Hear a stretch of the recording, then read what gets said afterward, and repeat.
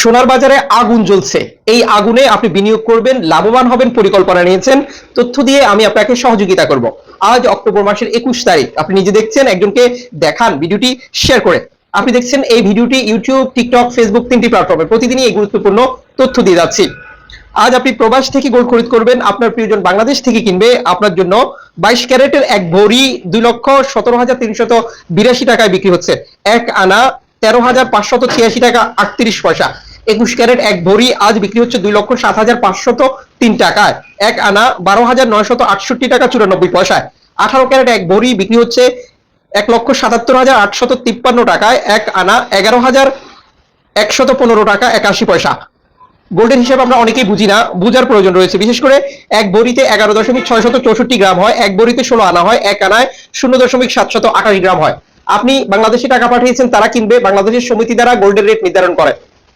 সনাতন পদ্ধতি রয়েছে এবং ডিস্ট্রিক্টে রেটের পার্থক্য থাকে। আন্তর্জাতিক বাজারে এটি অনলাইন প্ল্যাটফর্ম ব্যবহার করে যে কোনো মুহূর্তে রেট কম বা বেশির মতো ঘটনা ঘটে।